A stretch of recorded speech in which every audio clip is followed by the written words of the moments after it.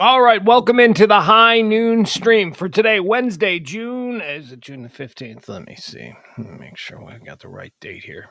It is. Look at this. It's June the 15th. Hey, everybody, I'm Pugs Moran. Welcome into high noon. We do this every Monday through Friday, although I do apologize. We missed a couple of days this week. We missed Monday and Tuesday. Monday was just a schedule. Now, I warned you guys about weird scheduling things that were going to suddenly creep up because of the summer months here and kids not in school and all that stuff. So we had one of those on Monday. It couldn't be avoided. Had some place I needed to be between 1 and 2 o'clock, so we didn't do a show on Monday. But then on Tuesday, oh God, on Monday, I don't know what the hell's going on with my allergies. On Monday night, if you joined us for the Pillow Talk stream, which is the second stream that we do every day here. Pillow Talk airs Monday through Friday at 9 p.m. Then, on Monday's Pillow Talk, I was out of it. Oh, my allergies are insane.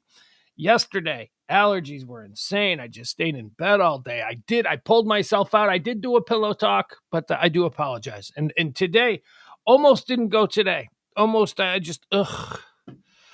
I have, first of all, look at me. I'm dressed like it's winter, right? Okay, so it's 100 degrees outside or whatever it is here in North Texas. It's awful, this crazy early summer weather. And it's like a meat locker inside. So, you open the door to go outside and you're like hit with a blow dryer. And then you come back inside and you're hanging out in the meat locker at McDonald's. I don't know why I referenced McDonald's, but so I'm a little bit out of it. I'm taking these, here's what happens. Whenever the air conditioning gets turned on for extended periods of time, every piece of liquid in my body turns to concrete. I don't know. It just happens. So I'm like all messed up. I'm very messed up. This is different. This is the opening stages of the allergies. This will probably run for, I don't know, another few days, and then I'll be fine, thankfully, hopefully. But I appreciate you bearing with me. So I'm not going to try and do a show. Gonna do a show. We got stuff we can get into today. We can tell you all about what today is. But I'm a little bit loopy.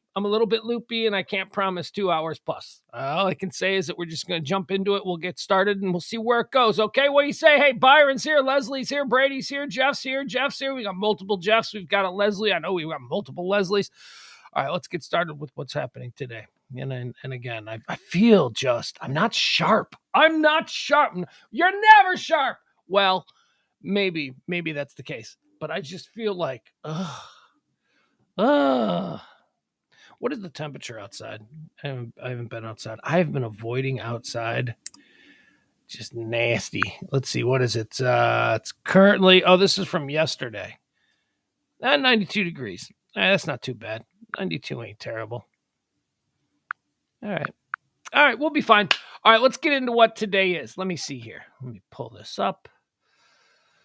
I don't need that. I need that. Bear with me for a second here, folks.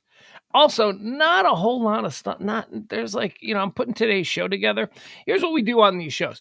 The high noon shows are all about what today is. So I give you, all the history. We talk about birthdays. We talk about why this day is important and all that. We give you the nice background on what today is. And then we go into the trending topics and we talk about all the things that people are talking about today, whether it's a headline that's appearing in newspapers, whether it's a trend, something that suddenly everybody's all interested in. Yeah, we'll do that. Then we run through all those. So this show here, this is more utilitarian. This is like a cheat sheet for your day. It's whatever it is that you need to know about. I'm going to try and give it to you here. But there's not a whole lot to know about today. Today is not a great day. All right, let's talk about what today is. It is high noon on the 15th of June, year of our Lord 2022. June 15th is the 166th day of the year. 199 more days remain until the end of the year. Let's talk about what happened on this day. On this day in 1752. Although then there's like a question mark here. So it's like, it might be this day. It might be a different day. On this day in 1752, Benjamin Franklin proves that lightning is electricity. And then that's where it says traditional date unknown, exact date This is the celebrated date. All right, so you know the story about Ben Franklin flying his kite in the rain, which I don't. When did he do that? Was he like a young man when he did that? Or was he just like some crazy old man who was already Ben Franklin, you know, an international ambassador and, you know, spokesperson for this new world here in America? Was he out there like a crazy old man flying a kite in the rain? Or was this like a younger thing? I don't know. I don't know much about this one. But apparently, Ben Franklin invented electricity by flying a kite in the rain with a key, right? Then he put a key on it or something. I don't know. I don't know how that works. On this day in 1836, Arkansas is admitted to the United States, the 25th state in the Union. Arkansas. Welcome to the party, Arkansas. Arkansas is like, I was thinking about Arkansas the other day. I was thinking about places in this country that I like. Places in this country that I've driven through, that I've looked around and I've gone, I like this place. Arkansas is one of those places. Arkansas is beautiful. Arkansas is like one of the prettiest states in the entire country. Arkansas, here's what Arkansas is like. Arkansas to me is like Wisconsin, except with a whole lot more white supremacy. You know, so like that. It's like Wisconsin, so you can have all the fun that you have in the winter. Well, I guess not really in the winter because it's the South. It doesn't really get to be winter in Arkansas. But you know what I'm saying? You can go boating in the summer. It's lakes, it's rivers, it's, you know, all kinds of fun summer memories and all that. But then there's also cross burnings in Arkansas. So you got that. So that's it. Arkansas to me is just like Wisconsin, except 50% more cross burnings. Also on this day in 1864, Arlington National Cemetery is established. 200 acres of the Arlington estate formerly belonging to Confederate General Robert E. Lee is taken from him and officially set aside as a military cemetery by the United States Secretary of War, Edmund M. Stanton. There you go. Did you know that about Arlington? Did you know the Arlington Cemetery was Robert E. Lee's land? And they just said, yeah, this ain't your land anymore. We're just going to put all the soldiers here that fought for this country. You know, the one you tried to abolish, the one you tried to secede from and then go to war against. Yeah, that one. We're going to put all the people who fought against you. We're going to bury them here. Arlington National Cemetery on this day, 1864. On this day in nothing happened. Apparently nothing happened in the 1900s because we jump right to 1970. Charles Manson goes on trial for the Sharon Tate murders. Charles Manson. If Charles Manson did his stuff today, think about this. I've thought about this before.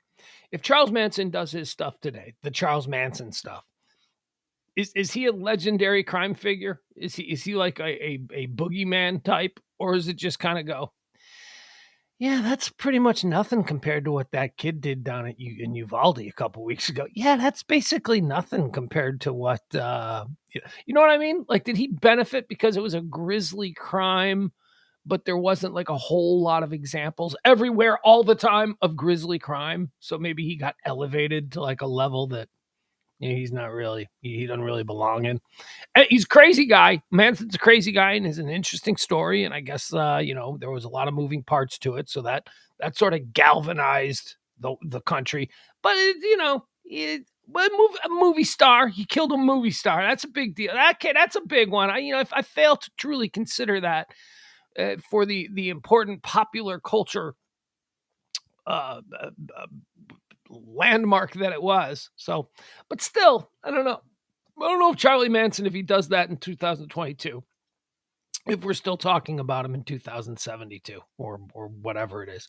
Jeff Glenn says Manson had the benefit of cult and sex aspects. Well, I guess. On this day in 1978, King Hussein of Jordan marries American Lisa Halaby, who takes the name Queen Noor.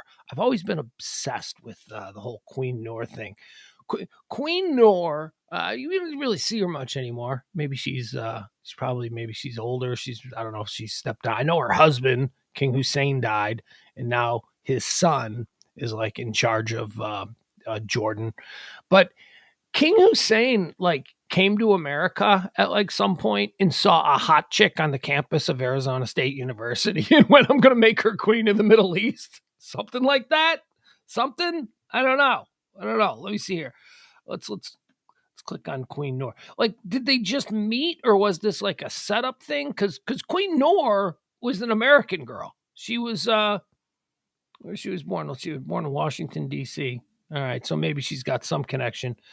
Family and early life. Queen Noor was born Lisa Halaby in Washington D.C. She's the daughter of Hajib Halaby. Oh, okay, so she is Syrian Lebanese. She is of that world, I suppose. Culturally, her family ethnically comes from that world. How did she meet? Let's see here. Noor's paternal grandfather was a Syrian Lebanese businessman and whose parents hailed from Aleppo. He was a petroleum broker. Merchant Stanley Marcus, however, recalls that in the mid 1920s, Halaby opened Halaby Galleries of Rugby. Oh, okay. So her family had something to do with Neiman Marcus here in Dallas. Okay, so they were rich. So it wasn't just like the king of Jordan was walking around Arizona State University, saw a co-ed and said, I'm going to make her queen of the world. That's not what happened. Okay, we're good. Here come the hiccups. I'm telling you, these hiccups, I battled them yesterday. And I think that they are just being compounded now because of my difficulty breathing with these allergies. I do apologize. But now with the hiccups coming on, I'm telling you, this is going to be a grind today.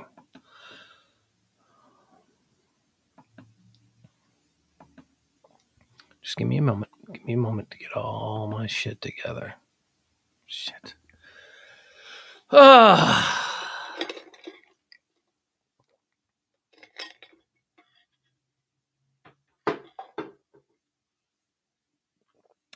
Doug Kojak says, did you not on this date in 1985 I farted in Buckingham Palace? How would I know that? Why would that be of note? I imagine that on this day, Doug, every day of your life you have farted somewhere. So I don't know. I don't give you credit for that. Okay, not doing so great here. All right, so that was 1978. 19 Guys, I shouldn't even be doing a show today. I'm telling you, I am so sketchy. These damn pills, they work, but they make me just in a cloud. And now I'm battling stupid hiccups. I can't believe this. Hold on. I'm going to battle the hiccups. Hold on.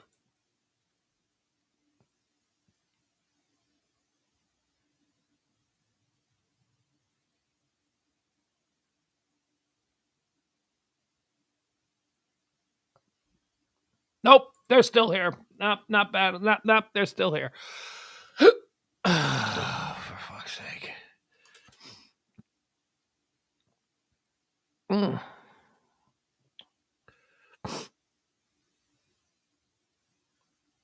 This is brutal.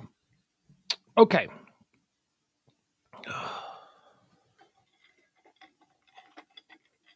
Let's see if we can get through these.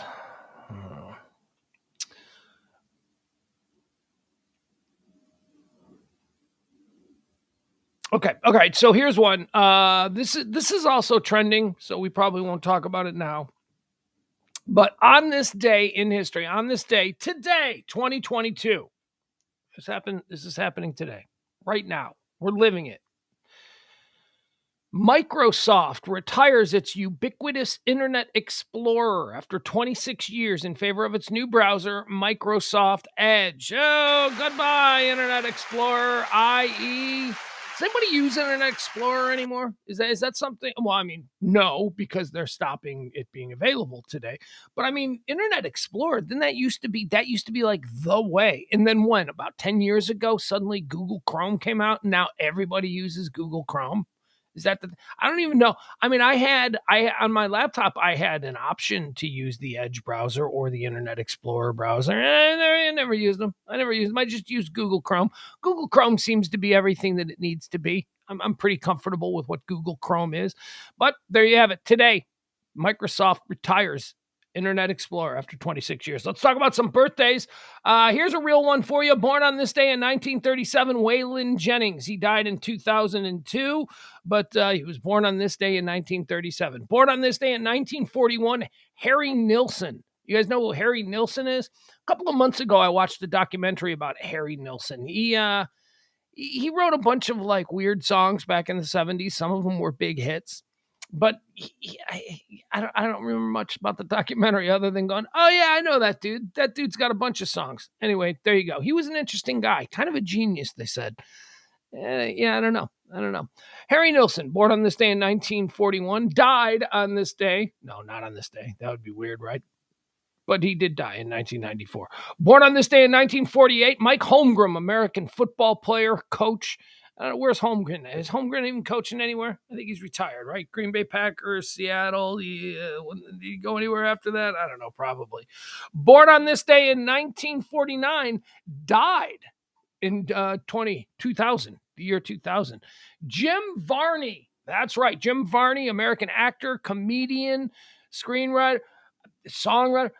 Jim Varney draft. All right, here we go, ladies and gentlemen. We will do a Jim Varney draft. We do this from time to time. Whenever someone of note comes across our desk, we like to decide what his most impressive works have been. So here we go. Jim Varney draft. In the first round, Ernest goes to camp. Second round, Ernest goes to jail. Third round, Ernest joins the Army. Fourth round, Ernest goes to law school. Fifth round, Ernest goes to medical school. There you go. There you have it. That's your Jim Varney draft. Jim Varney did all the Ernest movies. Born on this day in 1953, celebrating a birthday today, Xi Jinping. Xi Jinping. That's right. The boss over there in China. It's his birthday. I'm sure when you are the general secretary of the Chinese Communist Party and president of China, your birthdays are just pretty much every day, right? I mean, it's got to be a pretty... Oh, there's the dog. Born on this day in 1954, American actor Jim Belushi. Jim Belushi draft. No, we're not going to do a Jim Belushi draft, but if we did, Thief. I would start with Thief. I don't know. Jim Belushi. I like Jim Belushi a lot, and I like him a lot more in 2022 than I probably did in 2012. I guess I never really gave him much thought. I always looked at John Belushi and thought, you know what, your brother died, and then America just went, oh, we got another one on the shelf. Let's bring him out, and then we were forced to like have Jim Belushi when really we were all mourning the loss of John Belushi. And they're different people. And, I'm not going to say that one is better than the other. There is, I preferred John Belushi, I think, to early stage Jim Belushi. But whatever, there was another in reserve. So they made him famous. And then he spent like his whole career just like not being John Belushi, which I think would kind of suck, but he didn't really do anything. Like Jim Belushi didn't do anything great. He was never Bluto in Animal House, he wasn't Jake Blues in the Blues Brothers movie. Jim Belushi just kind of did a whole bunch of things. And then a couple of years ago, I saw this interview with him. It was like a long form 1 hour interview with Jim Belushi. And I decided I like Jim Belushi now. I like Jim Belushi. It's not his fault. He lost his brother. Here we are like, oh, that sucks. John Belushi's dead, and now we got to deal with Jim Belushi, and it's just not the same thing. He lost his brother, for crying out loud. So happy birthday, Jim Belushi. I like you. I like you now. That show, what's that show he's got? Growing Belushi. He like lives on a ranch now, right? Somewhere up in the Pacific Northwest, and he grows legal weed, and he's got like Belushi weed and all that kind of stuff. Whatever. I don't know. He seems like a really cool guy. Born on this day in 1963, someone we just talked, I haven't talked about her in 20 years. And then the other day we talked about her because it was Lily Sobieski's birthday. And I said, Lily Sobieski, she just looks like Helen Hunt to me. I can't look at Lily Sobieski and not think Helen Hunt. Well, today we're all thinking Helen Hunt because it's Helen Hunt's birthday. Born on this day in 1963. What's she most famous for? Mad About You? She did a bunch of movies. I like Helen Hunt. Who doesn't like Helen Hunt? She seems nice. But, she does look like Lily Sobieski. Born on this day in 1969, Ice Cube, American rapper, producer, and actor. Ice Cube, born on this day in 1969. I think I have to go let the dog in. Apologies. I'll be right back. The dog is barking. Oh, God. And why did I turn the camera off? Because I'm wearing my underwear and a blanket. Because it's a meat locker in here. And then it's like 100 degrees outside. Let me go let the dog in.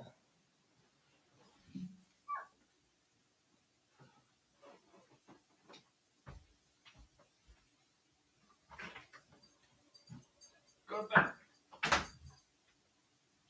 Go, get in bed. I'm not calling. Get over. All right. All right, we're back. I do appreciate you all battling with me through these allergies. Oh, geez, there we go. Just I don't know how much longer my voice is going to hold out. That's another issue that comes with these allergies, where my voice just goes, ugh. Yeah, your voice sucks to begin. Yeah, I know. All right, so we celebrated Helen Hunt. We celebrated Ice Cube. Born on this day in 1970, Leah Remini. The Scientology lady. The girl that was on that show with Kevin James, and everybody went, Kevin James could never get a girl who looks like that, but we all suspended, disbelief and watched it because it was a sitcom. Leah Remini. Leah Remini, born on this day in 1970. Thoughts on Leah Remini? I like her. Like, there's something about her that I like, but there's also something about her that I don't like. Like, I don't like that, like, hardcore. She's like such a tough chick, whatever, stupid. Like, I don't really find that all that appealing. But I do find her attractive. So just aesthetically, it's like, yeah, okay, I kind of like her. But then she's like, I'm Leah Remini. Yeah, I believed in like space gods and spaceships and stuff like that. And then though you get down to it, and you're like, okay, so you're this tough, no nonsense kind of person. That's her whole vibe. That's the Leah Remini vibe, right? Just, what, that. So that's her whole vibe. But then you fall for Scientology. Okay, so your whole vibe is, I'm from the streets. I know what I'm talking about. So that's your whole vibe. But then it's like, yeah, of course, there's little green men on spaceships floating around up there telling us about God and Jesus. And she's like weird. It's like, that's like a weird thing. Now, she does get points for snapping out of it and going, it's nonsense. There ain't no aliens in spaceships. So she snapped out of it, but then still she was there. Like, she was you only get a little bit of credit for snapping out of it. I mean, because, you've dug a hole for yourself when you got into it in the first place. It's like, what? What is going on? Anyway, happy birthday, Leah Remini. You're born on this day in 1970. Born on this day in 1973, Neil Patrick Harris. Boy, he's had a hell of a second act, huh? Doogie Howser. So he's like 18, and he's like one of the most famous people on TV, and then his career goes away. And then he gets the second act, which is How I Met Your Mother. He becomes Barney Stinson, and everybody loves Barney Stinson on How I Met Your Mother. And so then he comes out as gay, and that's a big deal because it's like, Doogie Howser's gay, so that made everybody interested in him again, and they used that to piggyback off the success with How I Met Your Mother. And now we've got Neil Patrick Harris as a legit A-list television star. There you go. Neil Patrick Harris, born on this day in 1973. Born on this day 20 years later, old enough to be his dad. Wow, that's funny when you look at it like that. Cooper Kupp. Cooper Kupp was born on this day in 1993. Cooper Kupp is a football player for the Los Angeles Rams. He is a white wide receiver, so he is held up in the highest echelons of football talk. It's like, he's the white wide receiver that's good, right? That's why we all know who he is. Every few years, we get a white wide receiver that comes into the NFL, and everybody starts talking about how he's the greatest wide receiver in the game. Yeah, you always got to have it. Let's talk about some deaths. Who died on this day? Dead on this day, Casey Kasem, American radio host, producer, voice actor, co-created the American Top 40. There you go. I don't know. Remember he died? He died, first of all, when I was a little kid, when I was like 7, 8 years old, Casey Kasem was every voice in every cartoon that I watched. Casey Kasem was like the Hank Azaria of his day, or Seth MacFarlane, or whatever, whoever it is that does all the cartoon voices now. Casey Kasem did everything. He had the real, like, Casey Kasem didn't do voices. Casey Kasem had Casey Kasem's voice, and it was just everywhere. It was the same presentation, the same cadence, the same everything. That's that guy again. And then he died, and he had amassed a pretty nice lifestyle there. He had a whole lot of money. I believe it was something like $50 million that Casey Kasem left when he died. And then his family proceeded to just go to war over the money, because that's what families do. Because that's what Dad would have wanted. Dad would have wanted you guys tearing each other up in courts for 10 years just to get your pound of flesh from Dad's money. All right, there you have it. How about the day? What is today? The national day of. Let's see what today is. Today is National Smile Power Day. No idea what that means. Today is Natural Photography Day. So there you go, get your picture made. And it's also National Megalodon Day. What's a megalodon? Isn't a megalodon a giant shark? Isn't that what a megalodon is? Yeah, it is. It's just a big shark. The megalodon swam. So it's an extinct shark. The megalodon swam the Earth's oceans for 20 million years during the Cenozoic era. Yeah. Their mouths spanned 8 to 10 feet wide and were filled with rows of sharp teeth with a bite force of over 40,000 pounds per square inch. Don't know what that means, but that sounds good. A maximum weight of over 60 tons and serrated teeth measuring nearly 7 inches. Their prey did not stand a chance. Megalodons ruled their watery habitats, eating large marine vertebrates. All right, nobody cares. They're gone. But they looked like sharks. They were just like big giant sharks. All right, let's see here. Let's get into what's trending today. Don't have a whole lot because, as I said, I don't know how long that we can go here. So let's just run through the topics of all the things that are happening today. And maybe we'll get out of here early. Half day of school today, kids. I do apologize, but I wasn't going to miss 3 days in a row. Wasn't going to do that. So don't worry. I like doing this. This gives me a reason for being.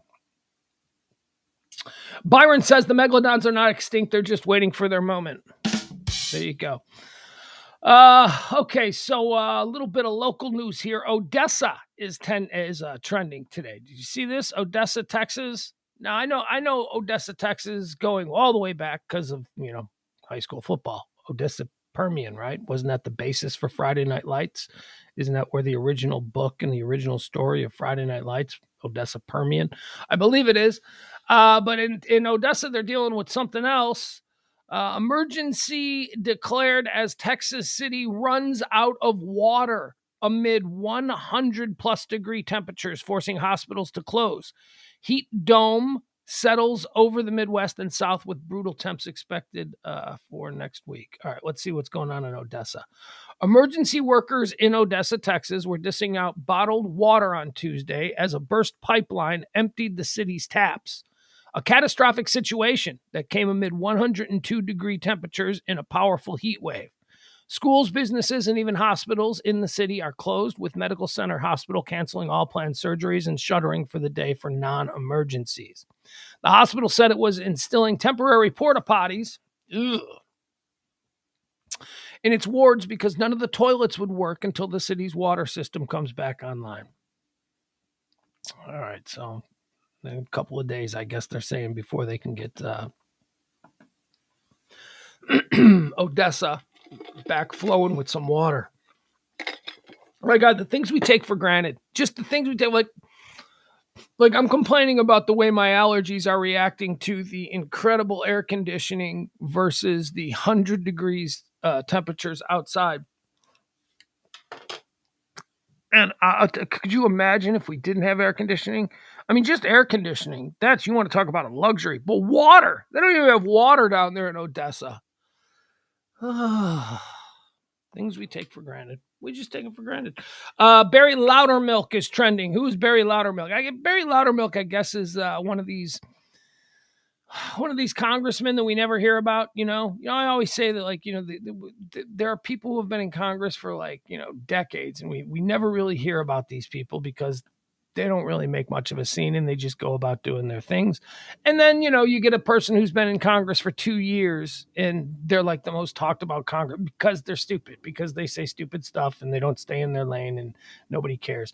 But in this case, video has GOP rep Barry Loudermilk leading a Capitol tour the day before the January 6th attack. So this is all about, we heard these things, the January 6th committees are going on. The hearings are, we had the big one last Thursday night, but now they've been doing, like, more little stuff this week.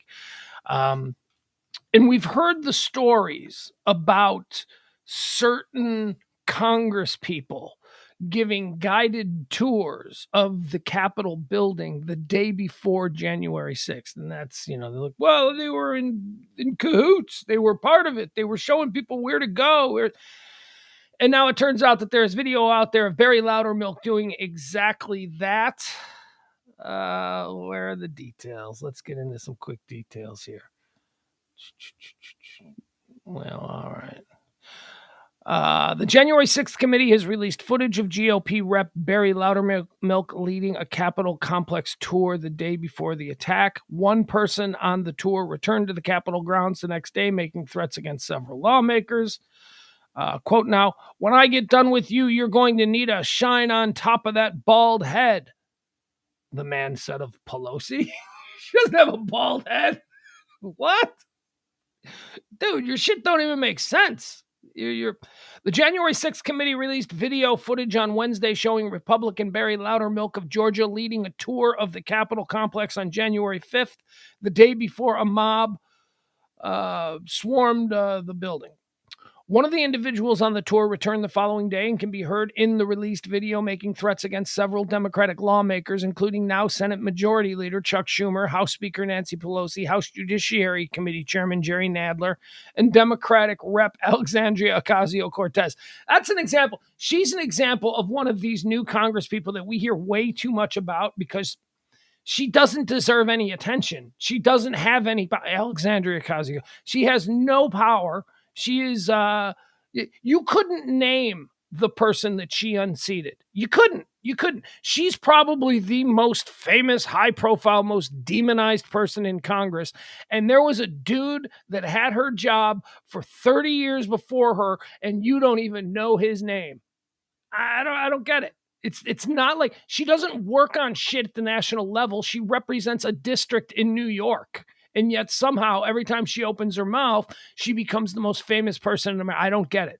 Meanwhile, Barry Loudermilk, who I've never heard of before this, he's over there giving tours. Let's see here. They got it surrounded. It's all the way up there on the hill and it's all the way around, and they're coming in like white rice for Pelosi. Nadler, even you, AOC, the man on the video is heard to say, "We're coming to take you out and pull you out by your hairs." Okay. The footage also shows a man with a flagpole appearing to have a sharpened end. That's for somebody special, the man says, as he brandishes the sharp end of the flagpole. The video also shows photos taken by members of the tour, including a photo of Nadler's office plaque. "When I get done with you, you're going to need a shine on top of that bald head," the rally attendee also says, referring to Pelosi. Again, what is this, like a thing going on in like crazy far right things that Pelosi's bald? I don't get it. I don't understand it. Al says AOC has a lot of crazy ideas. Yeah, but that's all they are. They're just ideas. She has no power to back them up. She doesn't sit on any committee. She's not a chairman anywhere. She doesn't have any power within her particular caucus. As a matter of fact, she's marginalized more than just about anybody else in all of Congress. She can have all the crazy ideas she wants. We don't have to report on them because they're feckless, because they don't have any support, because there is nothing that she can do.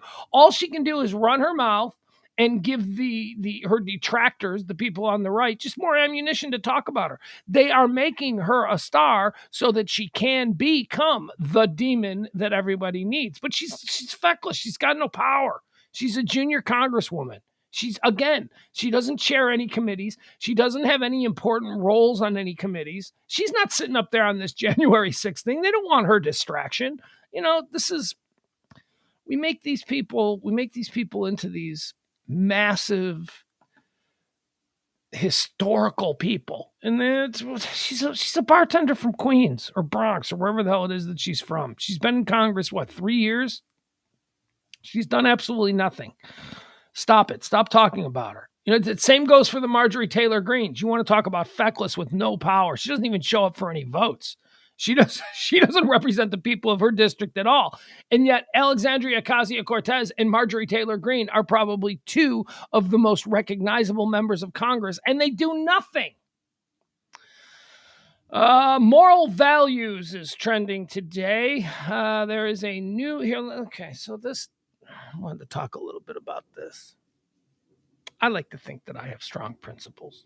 I like to think that I have made some decisions in my life that were probably detrimental to the overall happiness that I could be experiencing. But I made them because I got principles, because I have stupid beliefs that I hold true to.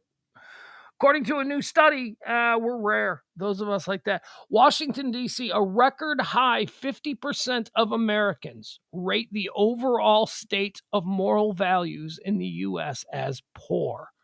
Another 37% says it's only fair.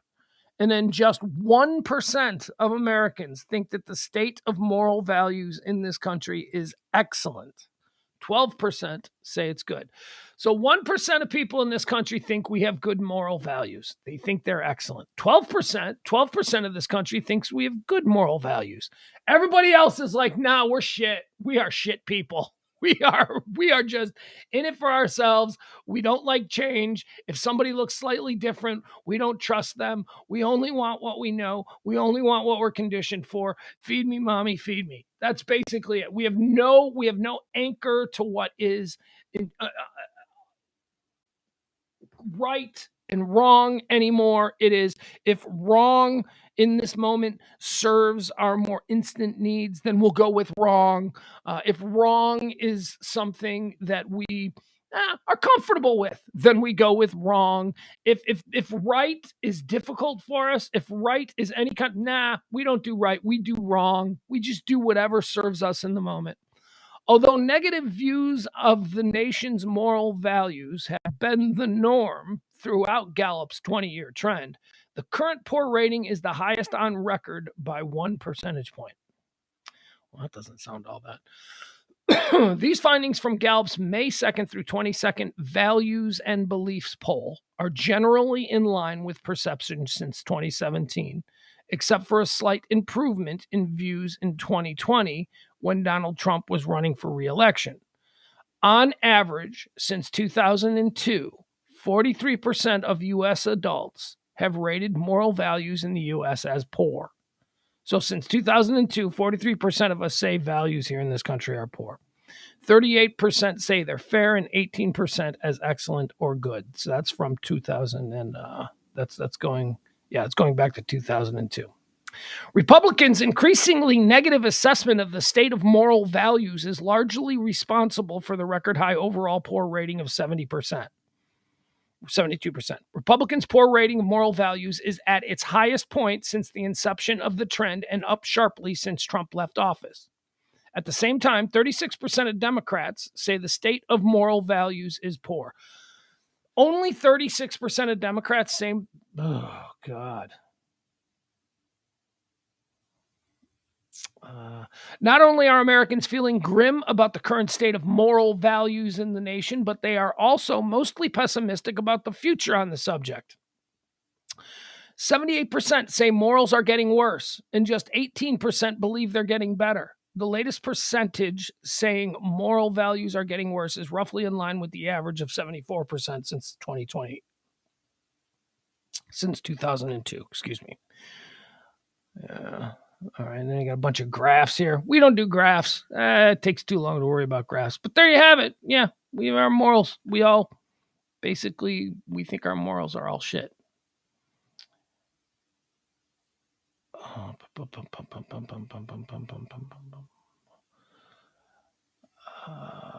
Brady says manufactured moral outrage is a cornerstone of certain political groups. Well, I would say all political groups. I think that that's cornerstone of just humanity. If you can find a moment, especially now in this era that we live in, if you can find a moment where you can climb up on top of some moral high ground and you can let the world know that this is what you believe and everybody else is wrong, oh, we take that. We love that. We love our moment. Everybody is looking for their look at me, look at me. So being morally outraged is typically a way for people to feed themselves in that way. I'm morally outraged. And then somebody goes, oh no, what are you outraged about? Well, I'll tell you. And now look, now you got somebody paying attention to somebody. That's what that's all about. Just people feeling lonely. People feel completely anonymous. So, if you can be outraged by something and show that you're a better human being than everybody who's reading whatever it is that you're outraged about, then, there you go. That's a win for you. China is trending. China is trending along with aliens. Did you see this story today? I like this one. Apparently the Chinese, they've got this like super big ass telescope, and it's like the biggest one in the world, and they can do shit with it that like other people can't. Apparently they've made contact with the aliens. That's right. China says that it may have detected signals from an alien civilization. All right, that's not just an alien signal, because a lot of times you get these stories about, well, we picked up a radio signal from whatever, like a billion light years away. And that's a bit, we read that, we're like, a radio signal? What? There's like a hot hit station somewhere out there, and there's another. No, that's not what a radio signal is. Just like, the electronic bleak and blops, those kinds of. It's not a radio signal the way we think of a radio signal broadcasting music or, baseball or whatever, That's not what we're talking about. We're talking about just some random, and usually it's just that. It's just a random radio signal detected by, but they're saying civilization. They're saying this, that's a whole different sort of category here. China says it may have detected signals from an alien civilization.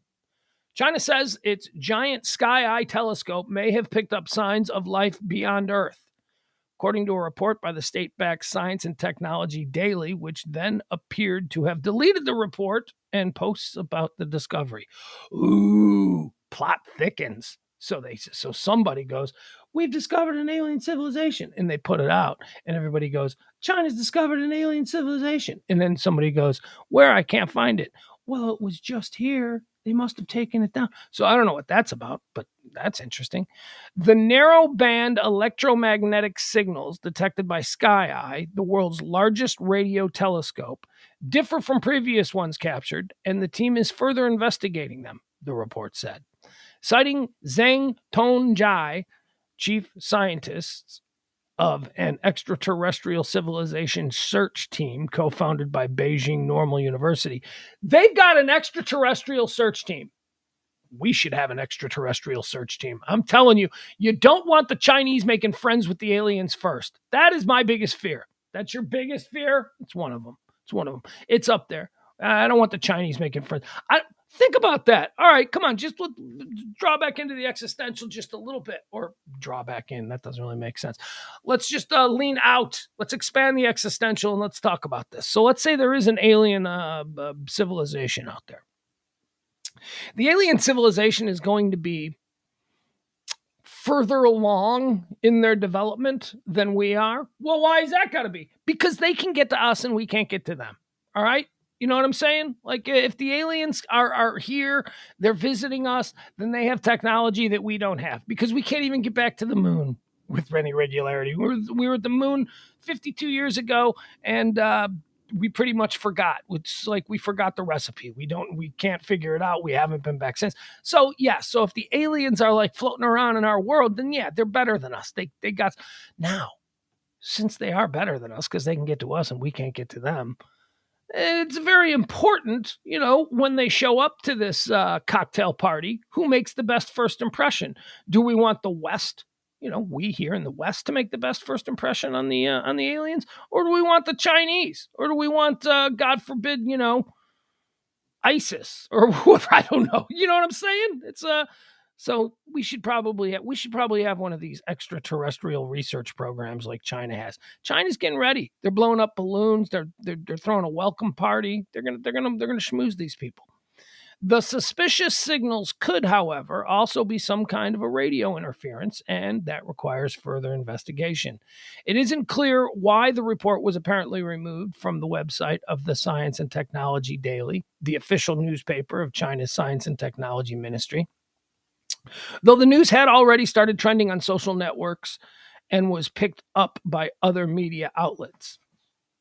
In September of 2020, Sky Eye, which is located in China's southwestern Guizhou province, I don't know, is that how you say it? Maybe. And has a diameter of 500 meters, that's 1,640 feet for you Americans. It officially launched a search for extraterrestrial life. This was back in 2020. The team detected 2 sets of suspicious signals in 2020 while processing data collected in 2019, and found another suspicious signal in 2022 from observation data of exoplanets.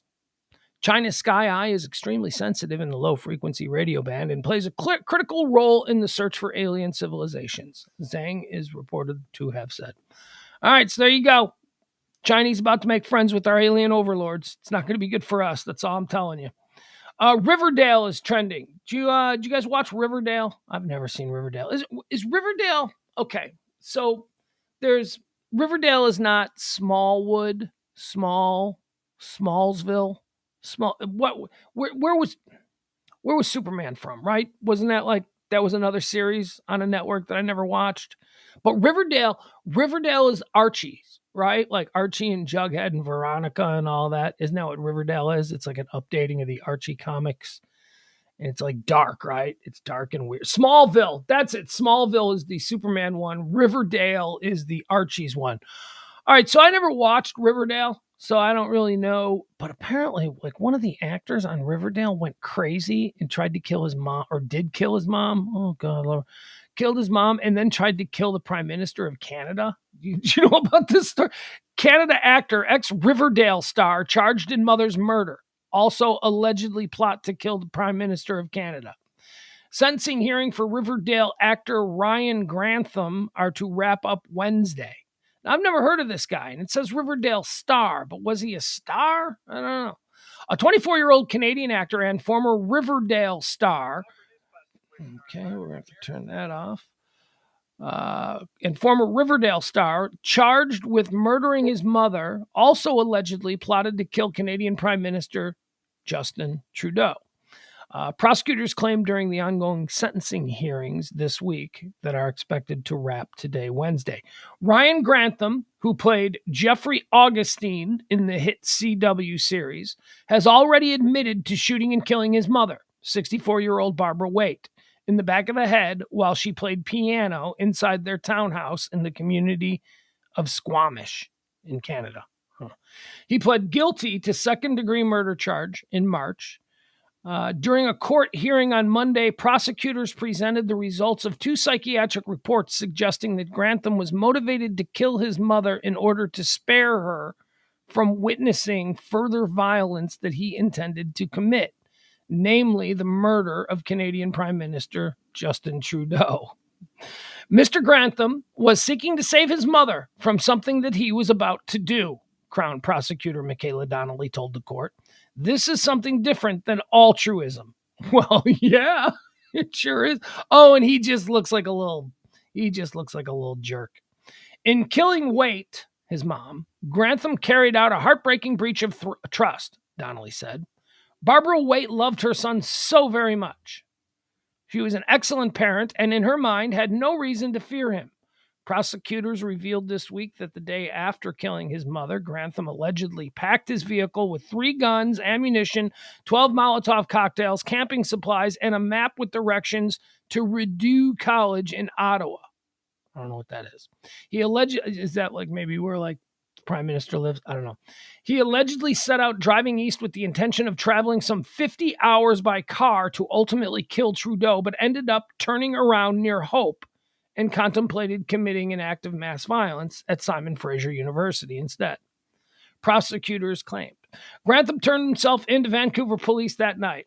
Well, he turned himself in. So, He allegedly left his mother's body where it had fallen in the shooting, covering it with a sheet and placing a set of rosaries and candles by the piano.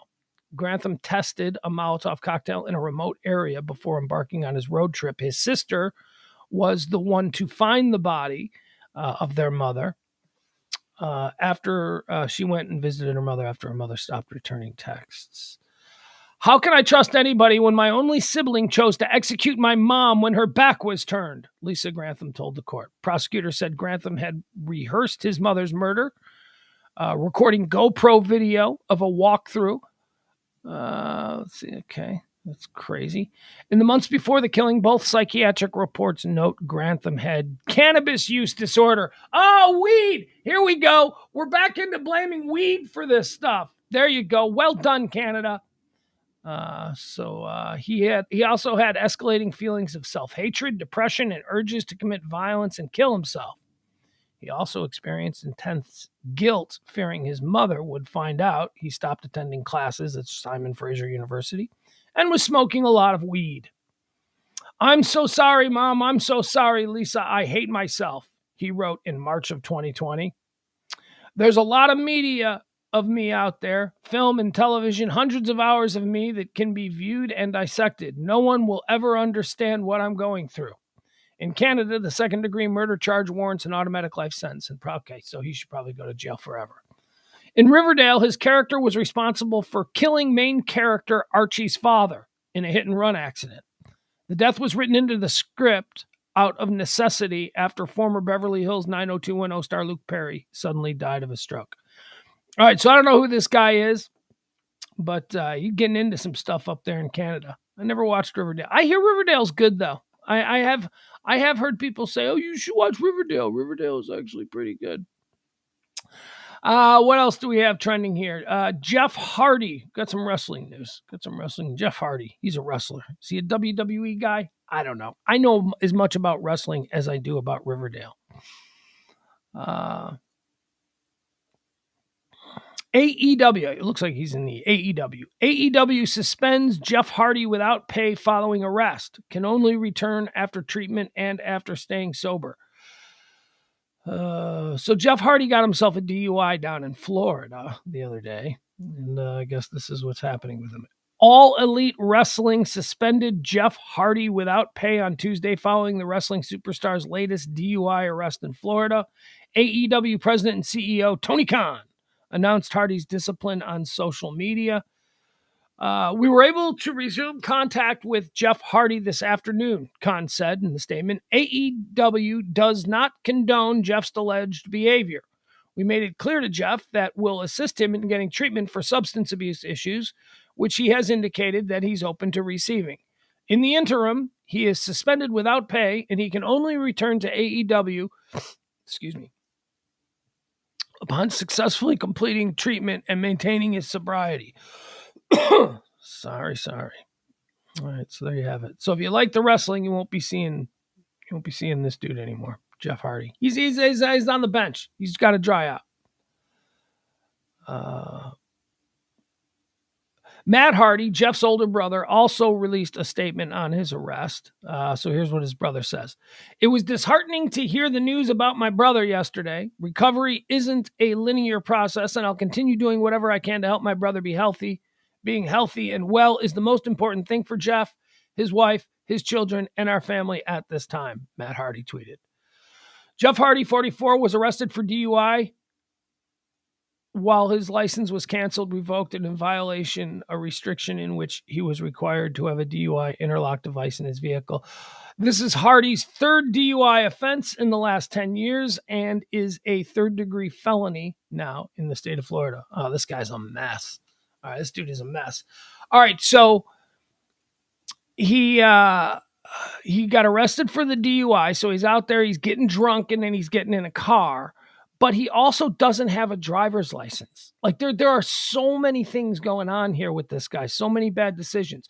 So, like, if my driver's license wasn't up to date, like it had expired or something, I would drive as little as possible. And when I was driving, I would be super careful, and I would absolutely never, never drive with any kind of alcohol in me, because if I get pulled over, they're going to run me. I'm going to jail. I'm going to get locked up. I don't have this guy, he's out there drinking. He doesn't have a driver's license. His car is supposed to have one of those blow tubes in it. He's driving a car that doesn't have a blow tube in it. Been 3 times. I don't get it. You know what? God love you. Good for me that I don't get it. I just do. Every time I have drank in the last, year or so, I have always the next morning felt like, why did I drink? That was so lame. That was like, it didn't even taste good. It was, I don't know. I'm glad I don't have it. Alcoholism, I understand, runs throughout my family. So I got to watch for it with my kid. But I was I was kind of a crazy drinker for a period of time, but then I was just like, I don't really like this that much. I'm a social drinker. If we're going out, I'll have a drink. I'm not like, teetotaler or anything like that. But I don't understand. I really don't understand the dude who comes home from work and then just starts drinking in his house. I don't understand the guy who's got no food in his refrigerator, but it's just filled with cold beer. I don't get it. I don't understand it. I would rather have a nice Coke Zero. And I don't want to just sit there on my couch pounding beer. Some people do it, though. Some people do it, and not everybody who does it is an alcoholic. Although, have you ever seen the numbers on what constitutes an alcoholic? It's amazing. You're all alcoholics. Everybody I know is an alcoholic, according to, what makes you like 7 drinks a week. 7 drinks a week, you're an alcoholic. If you have 7 drinks of alcohol, 7 alcoholic drinks a week, you're an alcoholic, according to this. And that's based on 1 drink a day. If you're drinking every day, then apparently you're an alcoholic, which I don't know, man. I know crap tons of people in my world who drink every day, and I don't necessarily consider them alcoholics. And I have known some alcoholics in my time. I don't know. All right, let's see here. Like I said, there's not a whole lot going on today. So let's jump in. Let's see if there's any other. I'm going to get out of here early, guys. I'm sorry. My head is pounding. I'm not feeling good. Ted Cruz is trending. Why is Ted Cruz trending? Oh, have you guys been following this? This is crazy. I didn't even want to get into it, but whatever. All right, so that Lauren Boebert girl, this is not news. This has been going around for a year. So when she was younger, she was one of those, back page model kind of girls, where she's basically an escort. There were like these pictures of her in lingerie and, basically for a good time call, whatever, and so she did those things, and she worked for this Lauren Boebert, the congresswoman. She worked for some company called Sweet Babies or whatever. And I don't know. We've known about it for a long time. It's been these pictures have been circulating of Lauren Boebert wearing, lingerie and boudoir poses in an ad for, whatever the escort agency. But now, as of yesterday, it has taken on like a totally new story, because apparently Ted Cruz is involved and the Koch brothers are involved. Apparently, according to the story that's going around, Lauren Boebert was a hired escort by the Koch brothers with a bunch of party girls. We've seen these depictions whenever we've seen movies of how rich people live, and then they throw a party with a bunch of other rich dudes, and there's all these girls walking around, and you're like, where did these girls come from? And it's like, well, they're escorts. They were flown in from all over the country. So according to this story, that is how Lauren Boebert met Ted Cruz. She apparently had a sex relationship with Ted Cruz, and that's basically where she came from. And that's where he's like, you should run, or whatever it is. Spokesperson for Rep. Lauren Boebert told Newsweek that allegations from the American Muckrakers PAC that the politician met Senator Ted Cruz while working as an unlicensed escort are totally false. Totally false. Yeah, what are you going to do? What are you going to do? Yes, I believe it. Yes, I totally believe it. There's no other explanation of where she came from. There's just no other. These pictures are legit. That's all I'm saying. DACA is trending. DACA, isn't that the Dreamers Act? On this day 10 years ago, former President Barack Obama eased enforcement of immigration laws as he announced a new policy, Deferred Action for Childhood Arrivals, or DACA. As of this year, DACA has promised security to a total of 3,467,749 applicants. Okay, so there you go. So DACA is trending. Let's see, what else do we have? I'm sorry, guys. I'm making a lot of gross noises, and that bothers me. Ryan Gosling is trending. Oh, Ryan Gosling is trending because apparently they're making it. Okay, I don't know why it took so long to do this. This seems like something that could have been done in the 80s, but it wasn't. So here we are in 2022, and now we got to deal with a Barbie movie. They're making a movie about Barbie. Now, isn't it Harley Quinn? Isn't she playing Robbie? Margot, Robbie, whatever, she's playing Barbie. And I guess Ryan Gosling is playing Ken. Who's going to see this? Who cares? This is like, I don't know. I guess maybe you can get a good script writer. You can create an interesting backstory for Barbie and Ken and all that. And maybe it could turn out to be an interesting little rom-com. But it just seems stupid. It just seems really stupid. Houston Oilers are trending. I don't know why the Houston Oilers are trending. Let's see why they are trending. Oh, all right. It's just one of those things. The first player's name that comes to your mind when you see the Houston Oilers logo is Earl Campbell. Earl Campbell. How can it be anybody but Earl Campbell?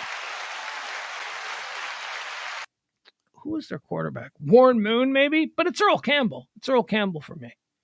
Who's the quarterback back then when Jaworski was with the Eagles, Barkowski was with the Falcons. Who was the Oilers quarterback back then? I don't know. Anyway, Oilers are trending. I say it's Earl Campbell. Earl Campbell is the guy that I think of when I see that old-timey Houston Oilers logo. Let's see what here. Okay, Zendaya is trending. We'll click on that because Zendaya is a favorite of my son.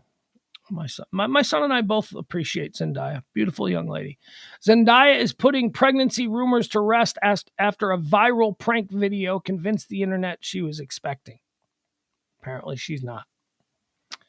Apparently Zendaya is not pregnant with little Tom Holland's baby. She's a beautiful young woman, though. Woo, boy, I'm looking at some pictures of her in party dress out on the town with her Spider-Man boyfriend.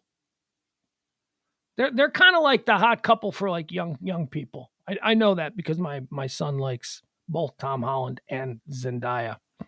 And so I get all kinds of updates from him on what they're about. Apparently they're just about dating. They're just about being, 20-something young Hollywood celebrities and then they're dating. Seen it all before. I liked this movie better when it was called Demi Moore and Emilio Estevez. It was just a random 80s coupling that I threw out there. I liked this movie better when it was called Kiefer Sutherland and Julia Roberts. I liked this better when it was called Winona Ryder and Johnny Depp. My point is that there's always a hot, young, Hollywood couple out there. Ted Cruz is really BTS is trending. BTS is everywhere. That's Boys Who Sing, right? Juneteenth is trending. This upcoming Sunday marks Juneteenth, which commemorates the day federal troops arrived in Galveston, Texas in 1865 to announce that all enslaved people were free by executive decree. So the Juneteenth thing. So all of the slaves were freed, And then it took like months for the message to get down to Galveston, where all of these people had been working as slaves for like a couple of months, even though there was no slavery anymore. It's just nobody told them. And then on Juneteenth is the day that the troops finally arrived and said, "Hey, put that shovel down. You're free now." And he was like, "What does that mean? I don't have anywhere to go now. What does that mean?" "All right, so what do you mean I'm free? So do I just go back to the bunkhouse and do?" "No, you don't live there anymore. No, they're not paying your food or anything like. You're just free. Go do what." Think about that. I mean, it's good and bad. It's good news. Good news is I'm free. Oh, that's kind of crazy. I bet you the idea of being free probably trumped all of the other emotions. But right after you recognize that, oh my God, I'm free, then you got to recognize, what do I do now? Where do I go now? Anybody gonna give me a job? Anybody? Because I was getting food. They were feeding me. How do I get food now? How do I? Had to have been very complicated. But I think when you shake it all out, I think the freedom is probably the most important part of that. Let's see here. Anything else? No, just a whole bunch of other stupid things. Not a whole lot going on. All right, guys. I think that's going to do it for today's show.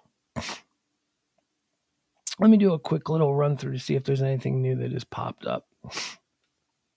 I know it's a shorter show, but I'm really trying to muscle through this. We will do a pillow talk show. Typically, what happens is by that time of the night, I've been dealing with it, so we're okay. So we will do pillow talk tonight with me and Parker. And yeah, all right, that's it. That's it, folks. There's really nothing else going on today. If something else big does happen, you know that I'll jump in. But I'm just happy. I'm just happy to have been able to spend the past hour and 10 minutes with you. That's all. Lee Ann Brady says, "I'm from Beaumont and we always celebrated Juneteenth. I lived on northern Chicago suburbs in the early 90s and no one had even heard of it then." Yeah, I thought Juneteenth was a joke. I thought like that sounds like a silly name. Like, what is it? The 13th? What is it? The 12th? What do you mean 10th? Growing up in the Midwest, I had never heard of Juneteenth until 2001 when I moved here. And now look, it's a national holiday. Yeah, but I had absolutely no idea what that was. All right. Just let me go, folks. I'm sorry. There will be a show tomorrow. I'll probably be a little bit better by tomorrow. We will do a pillow talk show tonight. Oh, there we go. See, I can already tell the voice is going now. I've got my poetry.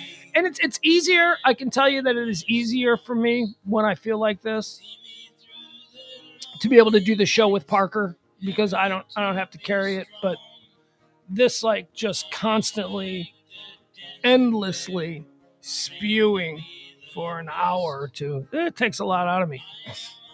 All right, so here's the plan. I'm going to get out of here. I'm going to go take a shower because that's the next thing I got to do. I got to like get all of this out of me. And then I'm probably going to lay down for like an hour, take some aspirin. And then we'll be back here. We'll be back here at 9 o'clock tonight. So just, I appreciate you bearing with me. I know it's been a weird week. Hopefully this is just a temporary thing. This tends to happen to me during drastic seasonal changes. And then it also seems to happen to me when seasons don't change and they linger. So, all right, that's it. Appreciate you joining me. We will be back tomorrow for high noon, and we will be back tonight. I'm so scattered, folks. I apologize. All right, have a great day. We'll see you back here at 9 o'clock tonight for Pillow Talk. Thank you. I have got an old guitar. That is all I need. I don't need no 401. I don't have the greed. Down travel far from the comfort nest. I am on a never-ending quest. Tomorrow is another day. The best is yet.